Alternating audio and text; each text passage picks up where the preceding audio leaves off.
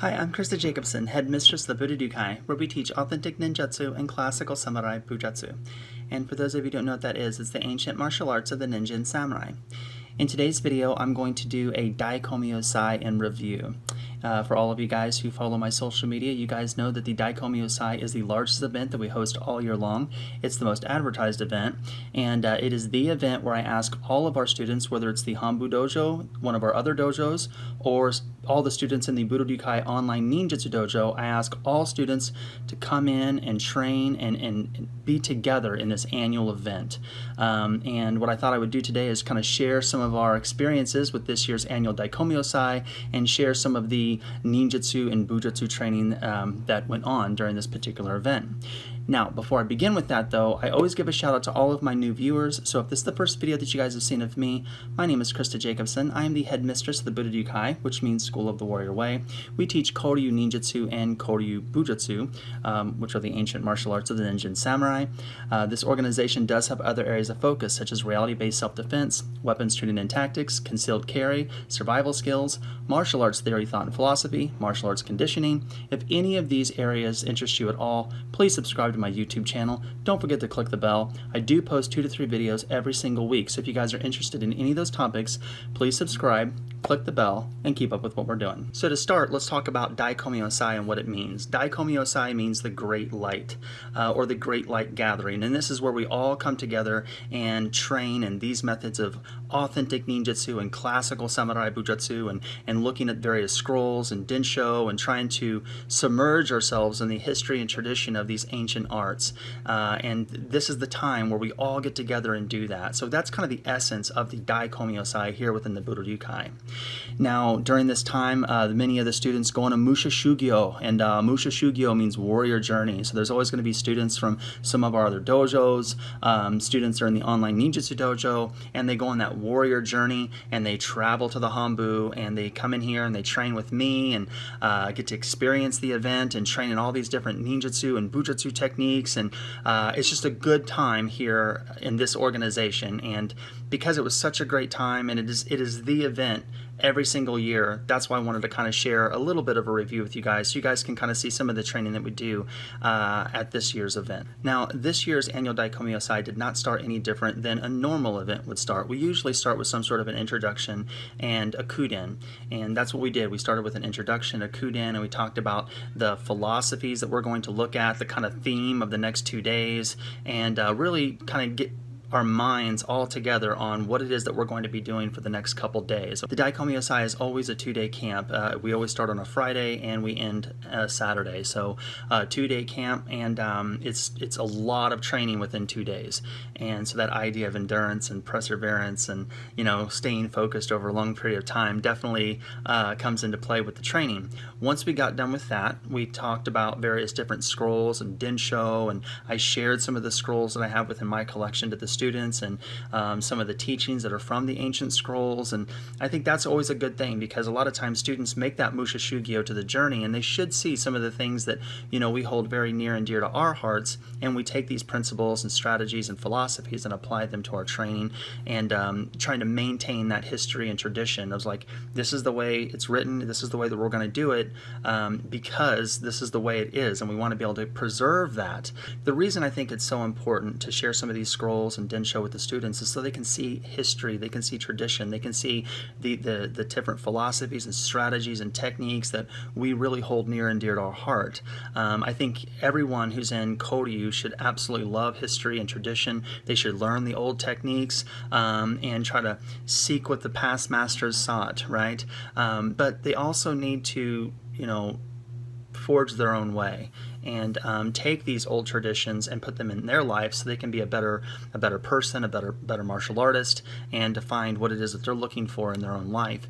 So I think it's just a truly important time to be looking at the scrolls. So that's why we always start with that at the Daikomi Osai.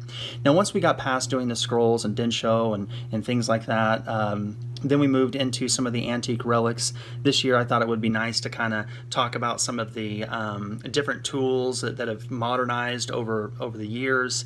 Again, we're kind of looking at that whole learn from the past, and then make it applicable in the modern day.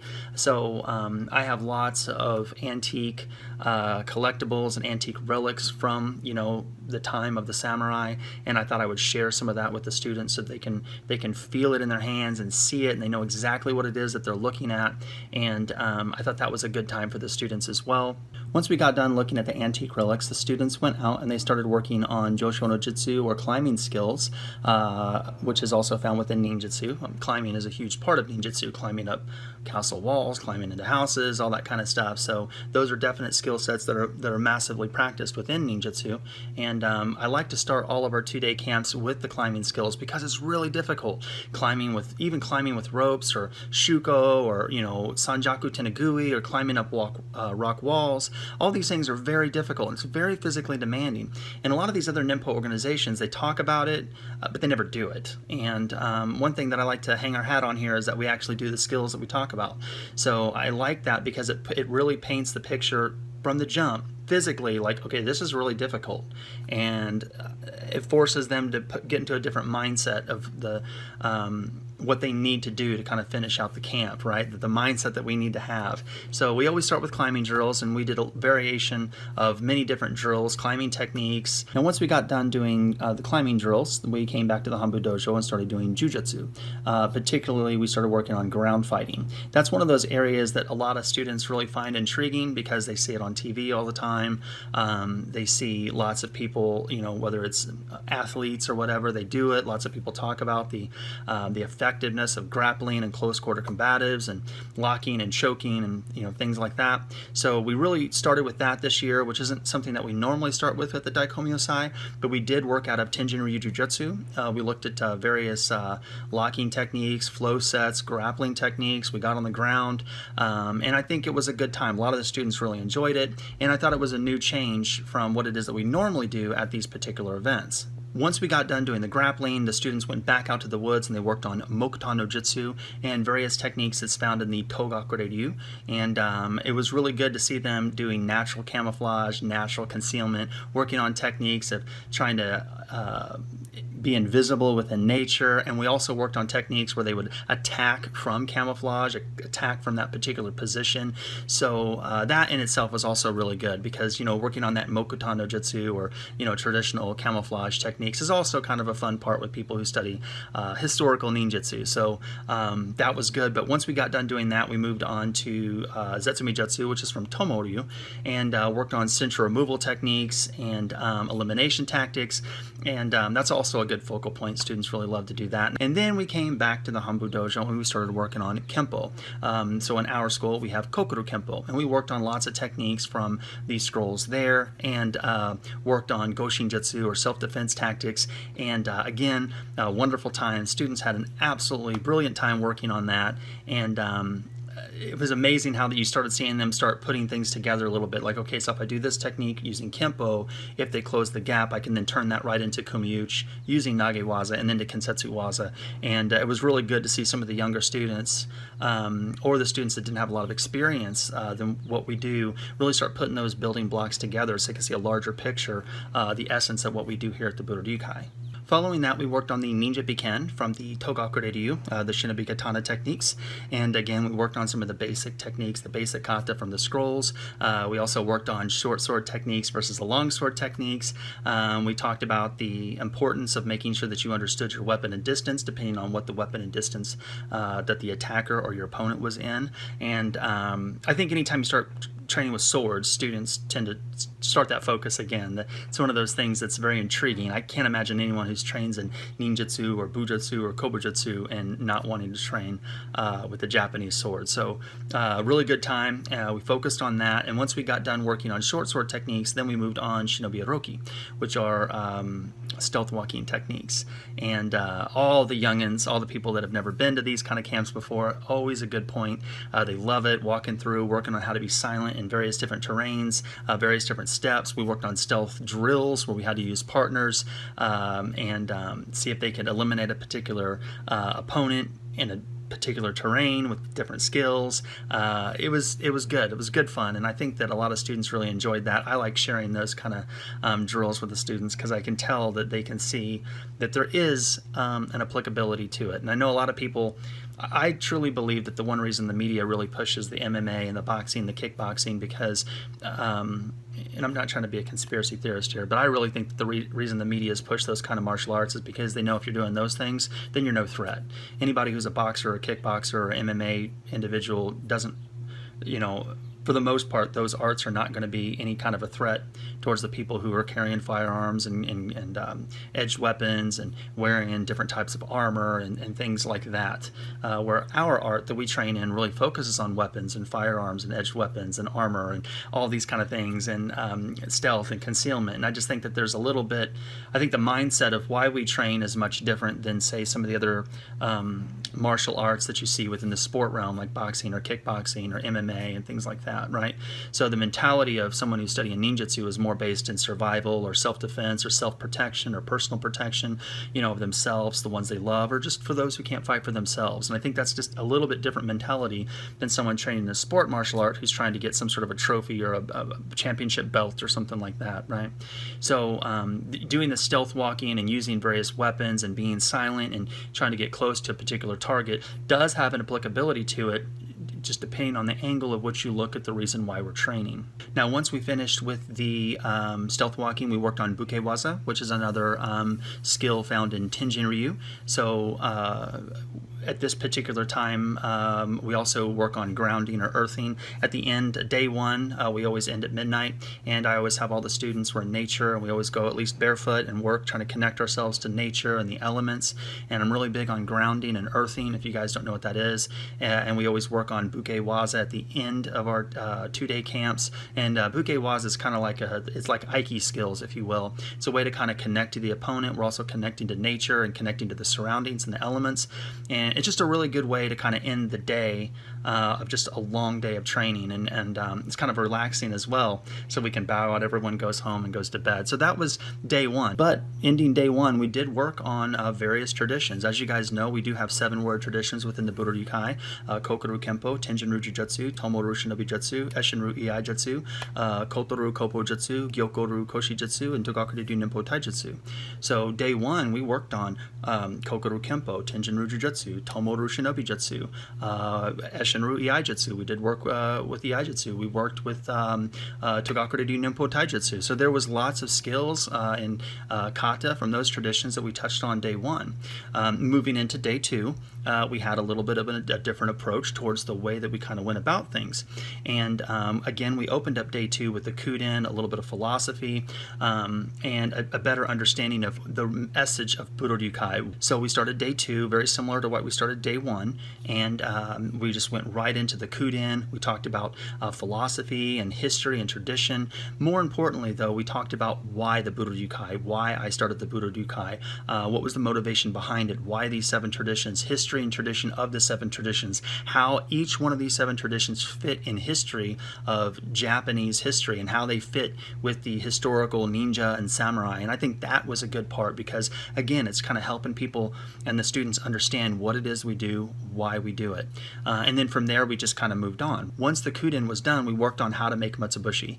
And Metsubushi and the blinding powders is something that all the students love to do. They love the throw in the powders and the evasion techniques, Tanjutsu, right? I explain what Tanjutsu really is. A lot of people tend to think Tanjutsu is just fleeing techniques or running away, and it's not quite accurate in its complete form. Yes, Tanjutsu does mean evasion or fleeing away. Tanjutsu means evasion from reality. You're there, but you're not there. The opponent that's looking for you, the enemy, the target, or whatever, they saw you, and now they don't see you. So that doesn't always mean running away. Sometimes that's camouflage. Sometimes that's using various ninja tools to trick the eye to think that you ran away, but you didn't really. Shadow techniques, light techniques, inen, yonen, all these different things, disguise, deception, kyojutsu. There's so many things that goes into understanding that the complexity of Tanjutsu. Tanjutsu in itself is not simply running away. It's not. But that is an aspect of it. So we talked about its essence of Tanjutsu, and we also talked about how to make Metsubushi. All the students love the idea of it. Of course, we talked about how they would usually use Metsubushi, the normal way of using Metsubushi, but we also talked about how they could use how to hollow out the egg, how to take a hollowed egg and create Metsubushi and break the egg and throw the powders and eyes and do all these certain things, which is really good because a lot of students, they see those things in the movies and you see us talk about them, but they never really get to experience how to do it. So yeah, we went through the whole thing. We talked about here's the egg and here's how you hollow the egg and there's how you dry it out and here's how you create Metsubushi and here's how what you got to do to make this work, and here are various techniques. From there we worked on various kata from the Togaku Ryu called the Santo Tanko no kata, or the escaping rat methods. And again, these are specific kata that are taught within the Togaku Ryu that really do focus on Tanjutsu, that really do focus on evasion skills. And since we just got done making Metsubushi previous, this was a time for the students to kind of get in there and work on some of the skills that are taught within that particular tradition. And honestly, I think it was really good. I think students had a really good time. Once we got done studying Togaku Ryu, or the Santo Tanko no kata, we came back into the Hanbu Dojo and we worked on Kotoryu Koppojutsu. We talked about the history and tradition of Kotoryu, and we looked at various kata found in the scrolls of Kotoryu. So looking at various bone-breaking techniques and breaking structure and all that kind of stuff. Student had a great time with that. They all did. And it was good. We moved from Kotoryu Koppojutsu to Gyokoryu Koshijutsu, which is a little bit different. It's more circular, where Kotoryu is linear. It focuses more on the soft tissues of the human body as opposed to breaking the bone structure like you see in Kotoryu. But the students, they loved it. We had a good time. Again, we worked on various kata from the scrolls. They really enjoyed the training. And then we just kept the ball rolling, right? Once we got done with Gyokoryu, we then moved into I feel one of the most loved weapons that we work with out of the Kobbojutsu training, and that's the Kasarigama. I think it's because it's so unique and we don't work with it every day in the dojo. I think students really take to it and they like it. So, we worked on various Kasarigama techniques and wrapping techniques and how to use the sickle and chain versus a katana, and some of the old kata that are taught within this particular weapon. And that was fun, and so students had a good time there. Once we got done with that, we finished with Tantojutsu, knife fighting, and we did work on a few knife fighting techniques, but then we just got right to it. We started sparring. We made the students do various sparring drills where they had to go against each other, knife versus knife, which is much different than self-defense where they have a knife and you don't. Now you got two people with a knife and it's totally offensive, and students had a great time with that. We also made teams where you had one team full of people, another team full of people, and they had to use strategy to see if they can eliminate another team, which I know is a little bit, little much as far as that goes, but from a strategy perspective, it's always fun for teams. You can see we have two students that are kind of like the leaders, and they kind of come up with their own strategy, and then they tell each of their members what they got to do, and then they kind of outwit the other person or outwit the other team using various strategies. So although not really applicable for reality-based self-defense in any way at all, it's still a fun drill to run when you're trying to work on strategies and trying to help other students understand strategies and why you do what you do and how you do what you do. So it's very fun in that sense of it. But I think the applicability more was, the previous techniques where we're doing one-on-one, where they have a knife, you have a knife, and you're forced to fight. Clearly, from a reality-based self-defense, you don't ever get into a knife fight. You run. That's where you flee. If they got a weapon, you run. You just get the hell out of Dodge. If you're forced to a situation where they have a knife, you have a knife, you're going to have techniques that's going to help you understand how to close the gap, control their weapon, and eliminate the target. So those drills that we ran, knife to knife, one-on-one, I do like those skill sets because I think those can fit, again, in reality-based self-defense, again, depending on the angle of while you're training. The group training stuff, that's more group training and building camaraderie and having a good time with everybody and strategy and principles.